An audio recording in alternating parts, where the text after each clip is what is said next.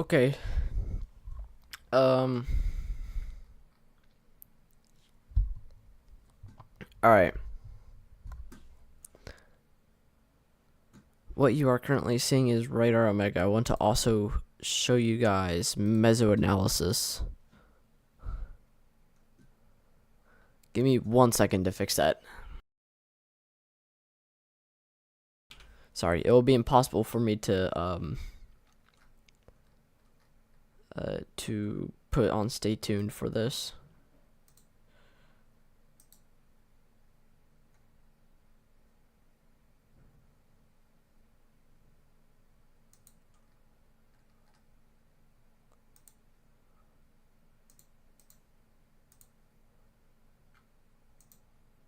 Probably do.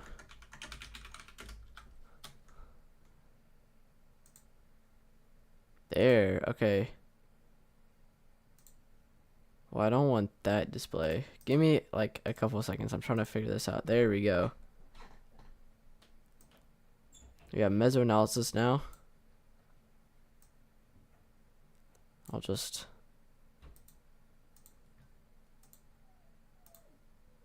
Okay.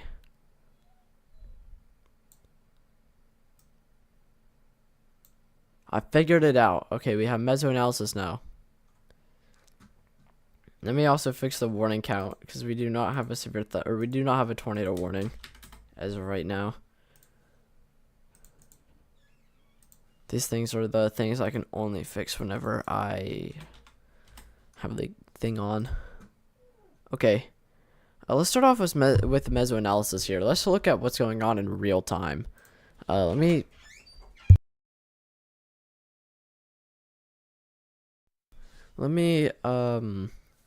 get Epic Pen pulled up here so I can draw on this. But let's look at what is currently going on in real time. So what you're currently looking at is surface-based CAPE, so CAPE at the surface, as well as convective inhibition. All this blue stuff that you see overlaid, or underlaid actually, is your convective inhibition. That's where the cap is currently located. And anywhere where you see the red contours with no blue underneath it, that means there's surface instability there.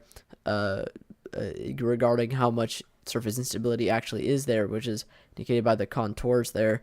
But if there's no blue over it, then the warm air can actually freely rise and support severe thunderstorms. Overall, it's not looking too good. We did have a couple severe thunderstorms that did fire up, or did fire off across the Nebraska region. We do have an area where storms can still fire up if possible. I doubt they will. They would have to like work really hard to fire off of warm air advection out of the south, but we also have a cap that is slowly working its way into place here.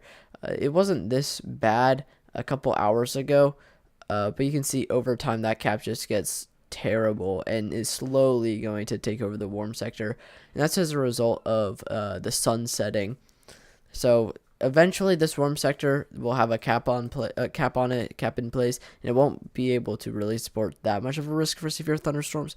However, somehow that cap is going to break again along that dry line. We're likely going to see a push out of the west at the surface, and that's going to sharpen our dry line here and fire off our severe thunderstorms and quickly erode whatever cap actually is put back into place. So we are watching for some of our severe thunderstorms to fire up again. They are going to happen like a couple hours after doing this live stream probably, but they definitely have some SIGTOR potential. Now I can go over the models. So let's actually start off with our upper air here. Start off with our 500 millibars. We do have an upper level low currently located across Colorado here. Sorry about my dog. Hello, Nova. But follow the wind vectors here. In the north, in the northern end of that exit region there, they're taking a northern pattern sort of to the northeast, but then in the south here, they're kind of out of the west, moving off to the east here. And you can really tell how those wind vectors are spreading apart. Nova, what are you doing? Oh my gosh. Come on, girl. Stop eating tissues.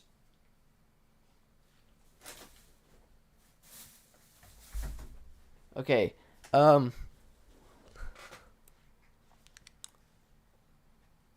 but stop it. Hold on.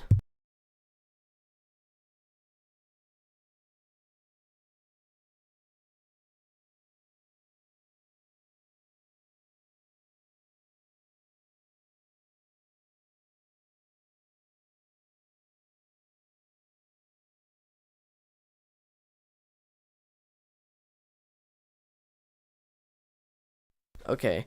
Um. Okay. So yeah, look at the spreading of our wind vectors here. Because of the spreading of our wind vectors, it kind of creates a void in the upper levels of our atmosphere here. If you can imagine that, the wind's going apart, so that's kind of creating a area of lower pressure and a void in the upper levels of the atmosphere there. Because the atmosphere is a gas, as you learn in science class in probably 6th grade, the atmosphere will find any way possible to achieve equilibrium. So with air parting and overall being more of a gap in the upper levels of the atmosphere, the lower levels, mainly at the surface, and the lower level upper air pattern, so around 950, 850, 700 millibars, will rise to fill that gap. And in doing so, that will cause a lot of lift. And that could definitely help keep our cap more so on the lower end side of things, but I don't have really that much hope as far as keeping our cap on the lower end side of things. We can also take a look at our low level jet here. This is what's going to give us our directional shear for tornadoes across this region. We definitely have a really powerful low level jet ongoing at 850 millibars out of the south. And with the winds that you just saw out at 500 millibars out of the south, southeast, or southwest, you can really see the difference here between these two lines. So we're probably going to see a hodograph that looks like this in our low levels and slowly turns out into the upper levels here. So this is also a really strong low-level jet here with 850 millibar flow, upwards of 40. Probably see some 45 miles per hour somewhere in here, or sorry, knots. And that's definitely going to be pretty powerful. We should definitely see a very large hump in the low levels of that hodograph. We should definitely see quite a lot of directional shear that's going to be very supportive of the potential for tornadoes across this region. We can also go back to our surface-based cape. Again, we do have that cap in place, but we definitely have a lot of fuel across this region. We just need our cap to break along that dry line from that new push we're going to get. But we definitely have the fuel in place to also support a strong updraft, especially further off to the north there, where we do have a small pocket of 300 or 3,500 joules per kilogram of instability at the surface. And overall, just a very large amount of instability. It's fairly decent. Definitely gonna be very supportive of the potential for tornadoes across this area. And we can also look at our energy helicity index. Again, this isn't really going to show like the overall environment. This will show like where our ingredients do overlap, but it doesn't really take into account our cap that's going to be in this region. So even though we have strong energy helicity index values, it's not going to really take into account that cap. We do have some pretty strong energy helicity index values, upwards of 6 and 4 and 5 up across Nebraska. And then we also have an energy helicity index value that's getting upwards of 10 and 11 in the Texas Panhandle there in northern Texas. This is definitely going to stay capped, but it would be very scary if that cap were to break, because this environment further down to the south across western Texas is definitely very conducive of the potential for tornadoes. So I'm honestly quite glad, especially from a storm chaser's perspective, that this is staying capped, because this could definitely unleash its ugly head. Like the NAM 3-kilometer CONUS model was suggesting on one of its model runs. So hopefully that stays capped. And then we can also look at some of these other models here. I do want to look at our low-level lapse rates. We are slowly getting stronger low-level lapse rates that are slowly working their way into the region. We were expected to see a lot of mid-level lapse rates, upwards of 9. They may be moving at a slower pace, but they are spreading into this region. And that should definitely give us a very large boost in our overall instability across this region. Definitely going to be pretty effective in fueling our risk for severe thunderstorms, and also going to aid in that large hail risk as well, because it will expand the layer for hail development. Sorry, I'm kind of going off a whim here at what I want to look at.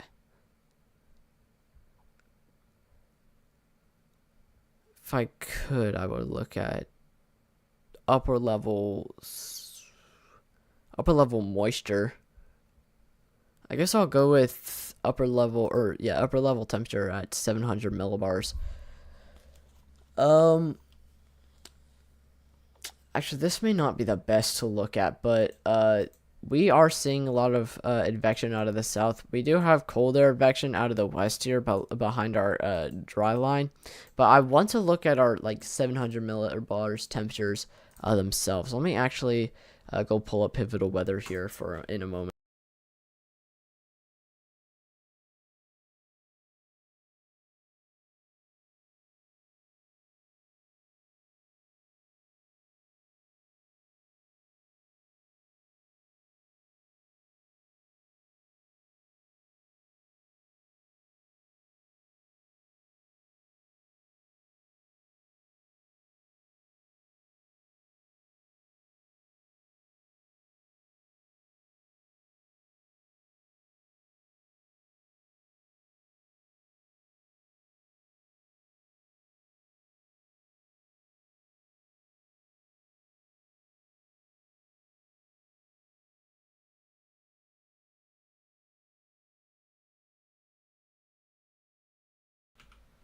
Okay, I want to give this a second to load in. Okay, and here we go.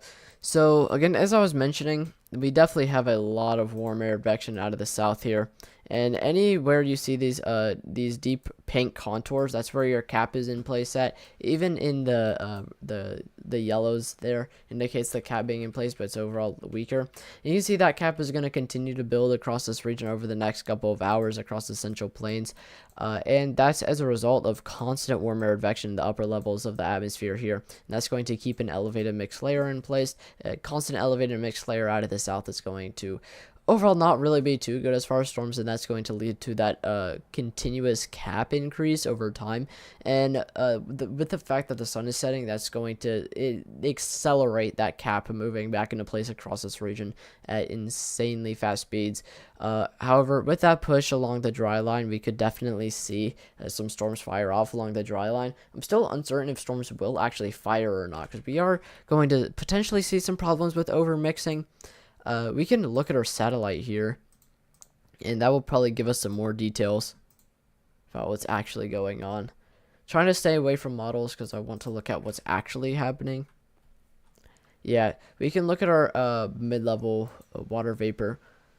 So we have our upper level low here, and we have our trough advecting out of the south, but that's also advecting a elevated mixed layer into this region where you're seeing those drier air being pushed in between where it's a little bit more moist, and that's allowing for that convective emission across this region. We also do have some cloud cover that's going to introduce more of a cap and less lapse rates, so that elevated mixed layer is not really going to help that much. It could definitely help in some aspects as far as overall storm explosiveness, because by that time that convective inhibition breaks, it's going to probably explode quite violently because of how much instability we have underneath it, as well as how strong it's going to be.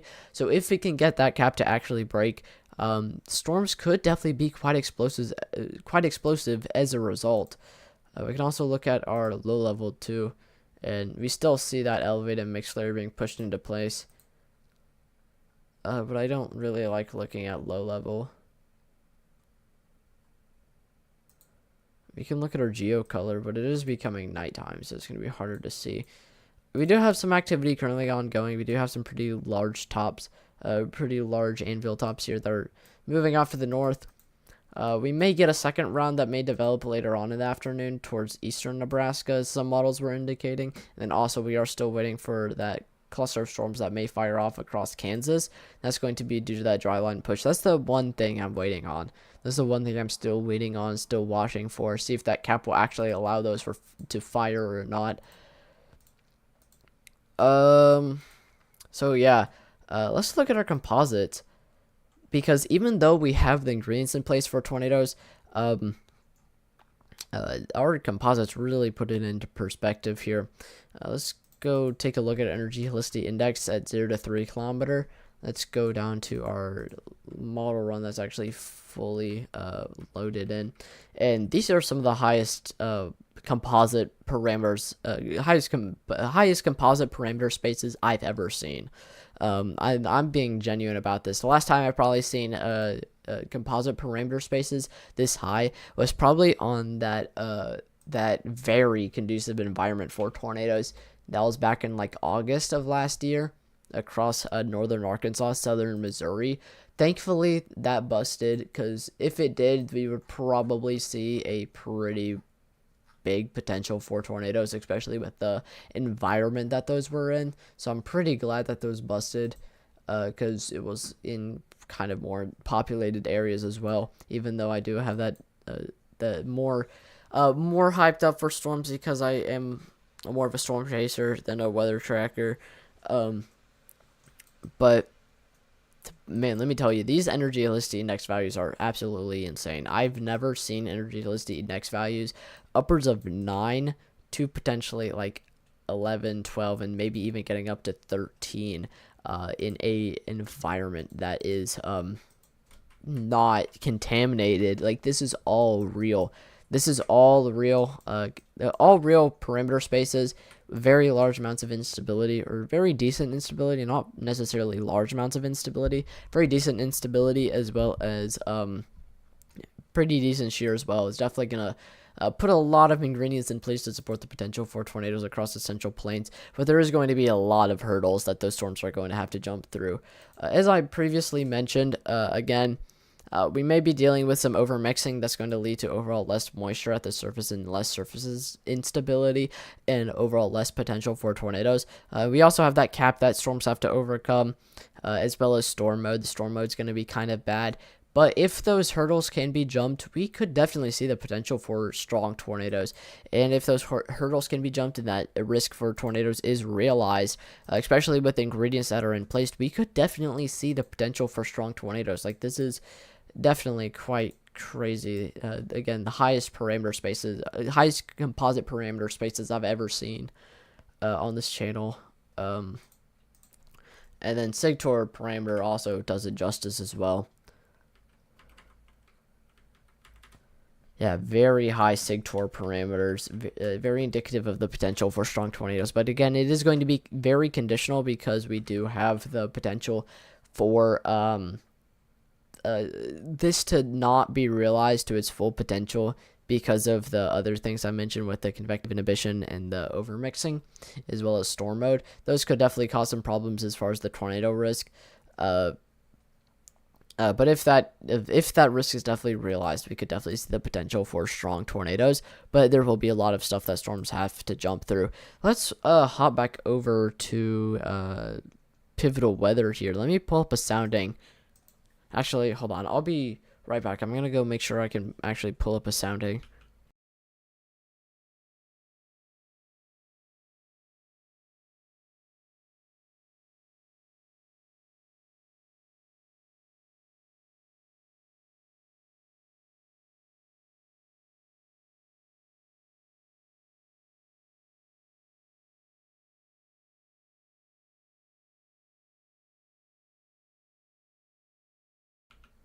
Okay, we're here on pivotal weather.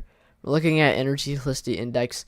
Let's get a couple of simulated soundings here. Right before storms are expected to fire along the dry line, did not mean to go that far, but right as storms are beginning to fire right in that area that's actually going to be feeding into storms.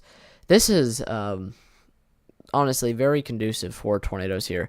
If I can pull up Epic Pen, I will show you why this is. For those of you that can read soundings, you can probably already tell why this is such a big deal. Okay, so let's start off with our SKU-T graph here. a very, or you can't see that color on the background there. A very fat instability, especially in the upper levels in the loft, and we don't have as much instability that translates down to our surface, but it still gets upwards of 3,000, which is definitely really good and very supportive of the potential for severe thunderstorms, and could definitely fuel a tornado risk. Our STP, significant tornado parameter graph, is indicating the potential for EF4 plus the EF3 tornadoes, and then our hodograph here. Very big hump in the low levels of that hodograph, in storm relative felicity values that aren't insanely high, but definitely pretty high, upwards of 300 there. Our ingredients are definitely in place for the potential of strong tornadoes. Again, it is going to be very conditional, but we could definitely see strong tornadoes as a result of this. We can also get some other other locations going, like that other round that I was talking about that may form towards more central or eastern Nebraska. This may be more harsh to get tornadoes to actually come out of it. This hodograph is really a mess, but we do have curvature in the low levels of that hodograph, and we do have a cap in place still, because this is right before storms actually want to initiate on simulated reflectivity. But we definitely have some pretty decent instability, definitely very modest instability that's going to be able to fuel the potential for strong tornadoes. I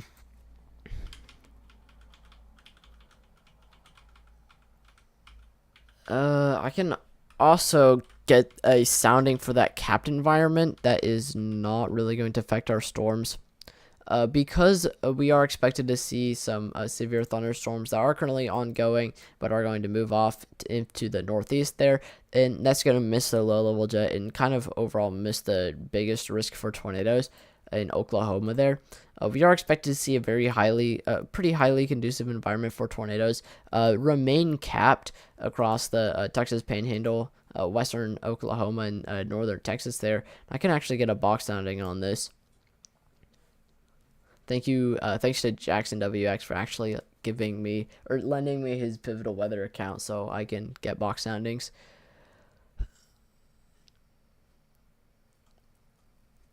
But yeah, very large, not crazy large, but very, very modest to potentially strong storm relative felicity values there, and a very decent curvature in the low levels of the hodograph. A little bit of that is taken back away by a little bit of veer back there. But we also definitely have some pretty decent instability, especially aloft. We do have that cap in place, as I was mentioning, so storms likely will not fire across this region. But this is definitely conducive of the potential of strong tornadoes. And if we were to get a storm going, it would likely immediately be choked out by the cap. If we didn't have the cap in place and storms fired, we could definitely see the potential for multiple strong tornadoes, but that's not going to happen because this is going to remain capped, so you guys don't have to worry about that. But yeah, again, as I was mentioning previously, this is like the highest composite parameter space I've seen on this channel, and that's no joke outside of the one risk I was talking about in August. We can also look at our SIGTOR parameter as well, and still indicating that very conducive environment for tornadoes across western Oklahoma here. Again, it's going to remain capped, but man, very, very conducive for strong tornadoes. Some very decent instability. Definitely going to be able to fuel strong tornadoes. Pretty decent amounts of directional shear to strong amounts of directional shear. Very large hump in the curve. Very large curvature in the low levels of that hodograph. Again, we do have a little bit of veer back that may take that away a little bit, but definitely still a lot of storm relative felicity, and the instability, especially aloft, is definitely going to be conducive for the potential of strong tornadoes, even though this environment is going to be capped, so you guys don't really have to worry about that if you live in western Oklahoma. Again, not to worry. This is going to remain capped, so storms should not fire in this region. Almost everything here is staying in the pink. I did have a sounding like 2 days ago that had everything in the pink: a supercell, composite parameter, STP, SIN, STP fix, and significant hail parameter were all in pink. But you can already like just see like how crazy the sounding is, how supportive of the potential of strong tornadoes this is. So thankfully this is gonna stay capped because this is very conducive.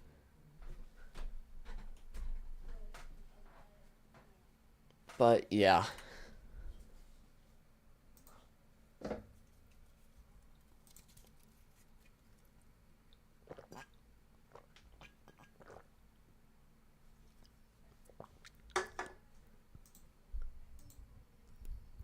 Okay, let's hop back over to Radar Omega here so I can actually start with our coverage.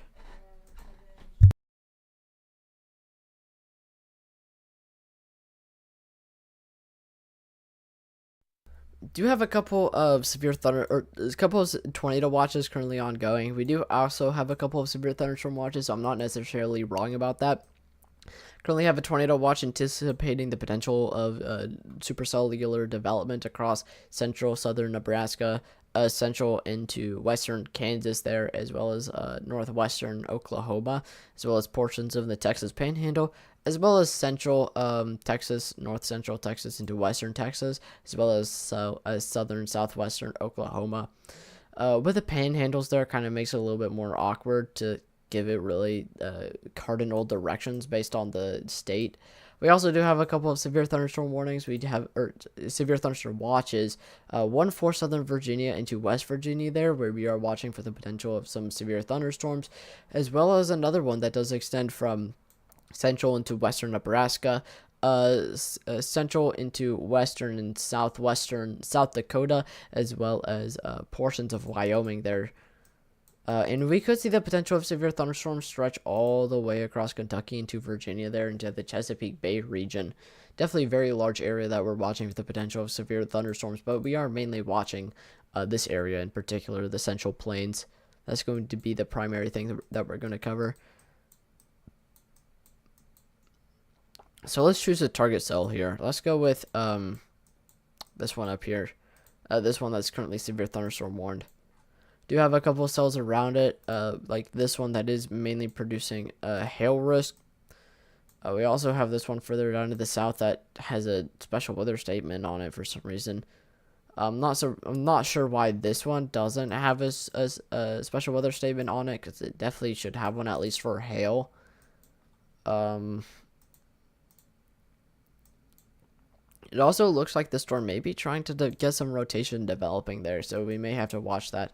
Same with this one off further to the west a little bit, maybe trying to get some rotation developing.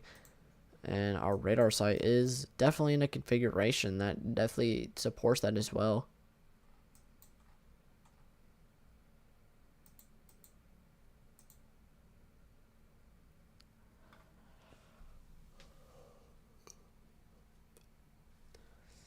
So we're probably going to watch this at least for a couple minutes.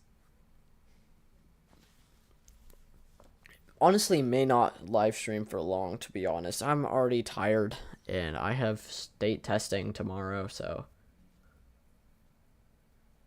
I'm already getting tired.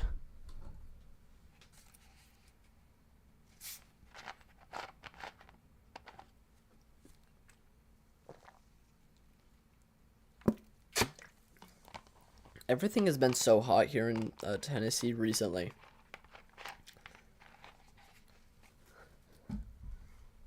My first mistake today was taking a hot shower in the already extremely hot environment.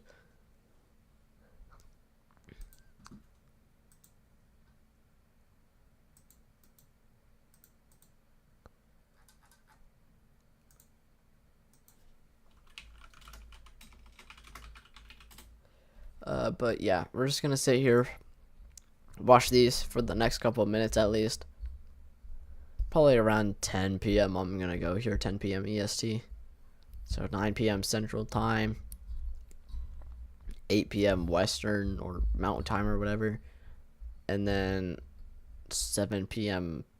Pacific Time. I think that's how the time zones go. And I did go over the environment for storms if you want to run those back. I did go over that.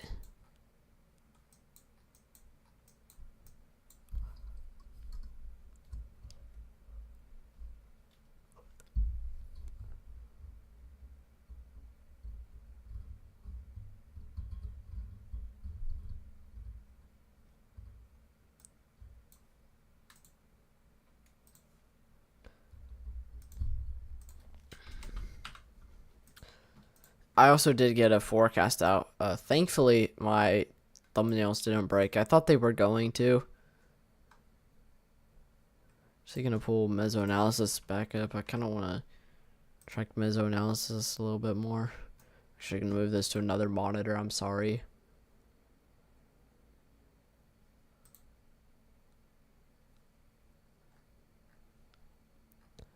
Yeah, these storms that are tracking into southern South Dakota are in an environment that's capped currently and in an environment where instability is slowly beginning to run out. So these are likely waning slowly. So we are waiting on that second round. That is probably going to happen around midnight, and I'm not going to be able to stay up for that.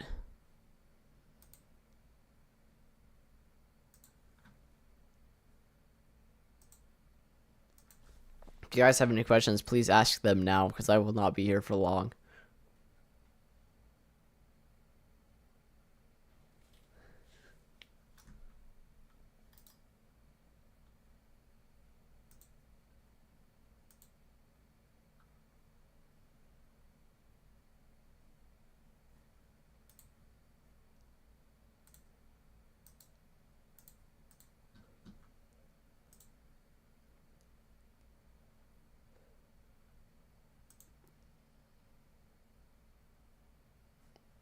Seven minutes remaining, and then I'm going to go.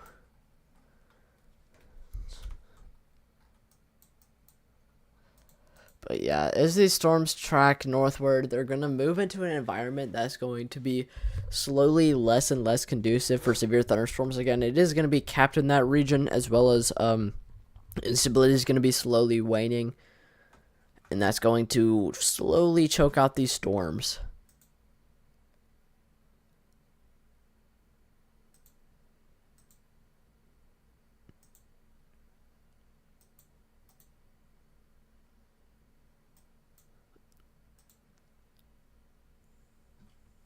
Hold on, let me make it so you guys can actually hear it. Let me make it so any alerts to actually go through. Sorry, I was doing an audio check, so that's why it's repeating.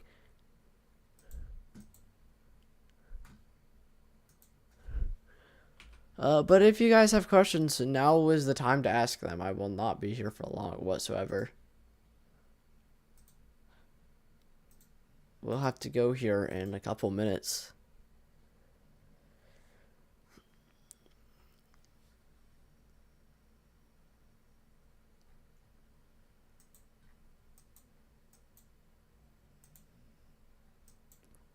Going to continue to track these storms off to the north here. And these are mainly hailers. This one did get a severe thunderstorm warning, actually. I didn't get the alert for that for some reason. But this one looks like it's producing one and a quarter inch hail, as well as a less than 50 mile per hour wind gust. That also may be just because it's moving not necessarily parallel to the radar site. I mean, it is to a certain extent, but I mean, you can tell that it definitely has some gusty winds aloft. You also have to think about how far away the radar site is from these storms themselves. This radar site is probably around close to 100 miles away, at least 90 miles away from these storms. And so the radar beam is likely at least 1,000. Probably not 1,000. I'm not sure how high the radar beam is by this point, but it's definitely pretty high off the ground. So you're seeing not at the surface, but aloft, in the higher elevations, what the storm's doing. So we likely at least have some rotation that is currently ongoing in the upper levels here. And that we may have to watch that to see if that'll extend down to the surface, though. Still not going to warrant a tornado warning because there's nothing that's suggesting it being down at the surface. We can check base velocity. I think that's what that's for, but I'm not sure. Yeah, we do have a little bit of rotation there going, but still don't necessarily think it's severe or tornado warning worthy. But we will have to watch that, see how it will trend from there. But still mainly just hailers. This one off to the east actually does have 1 inch hail and less than 50 mile per hour wind gusts. Again, when we look at velocity, The radar beam is higher up in the atmosphere. We're looking at probably the middle to upper level parts of the storm when it's this far away from the radar site, so we're not looking at the surface.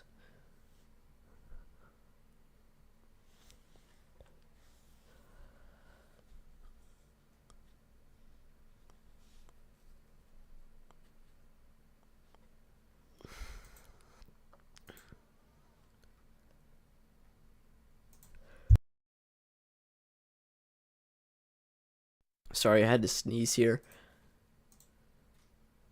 Storm relative velocity really paints a picture for it. It really shows how there may not be that much actual rotation currently ongoing, even aloft. Because these storms are moving away from the radar site at a very rapid pace, so that's likely making whatever you're seeing on velocity significantly faster. Plus, coupled together with the fact that it's probably getting upwards of at least 700 millibars to potentially 500 millibars high up in the atmosphere. We definitely have some pretty strong flow aloft, so that may be what it's picking up, and that's definitely in line with how fast it's supposed to go. So definitely not tornado warning worthy. There's overall too much contamination, too much uncertainty with whatever's going on velocity, and nothing that really is like dead on. Oh, hey, this is rotation. We wouldn't need to see that for any one of these storms to actually warrant a tornado warning.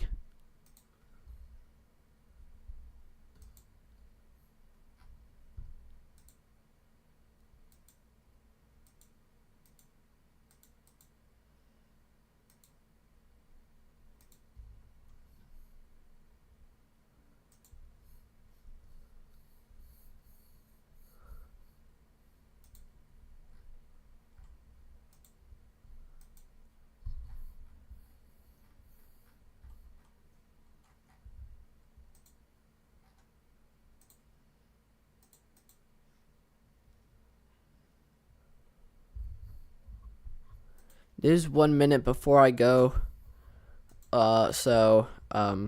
Any questions that you guys have to ask, please ask them now. The one person that says they're still watching the stream, if you have any questions, please ask them now.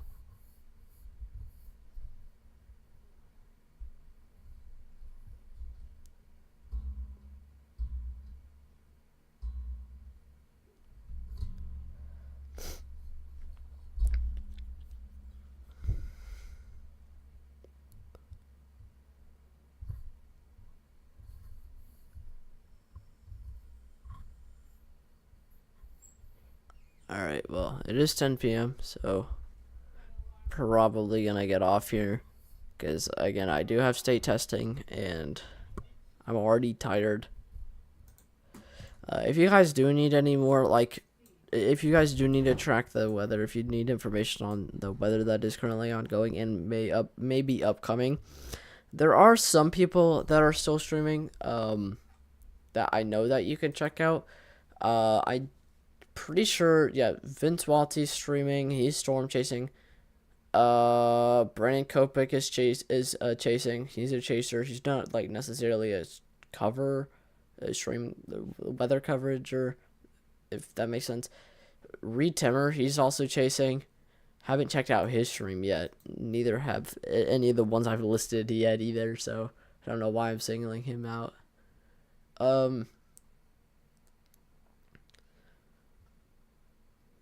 Ryan Hall may be streaming. I don't know. Let me check for y'all.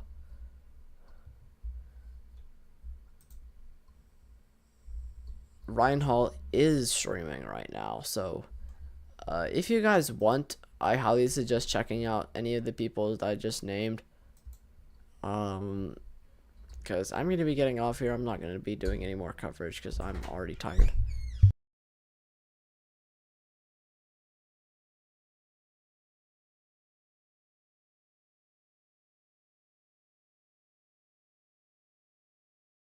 Alright, well, I'm going to go, so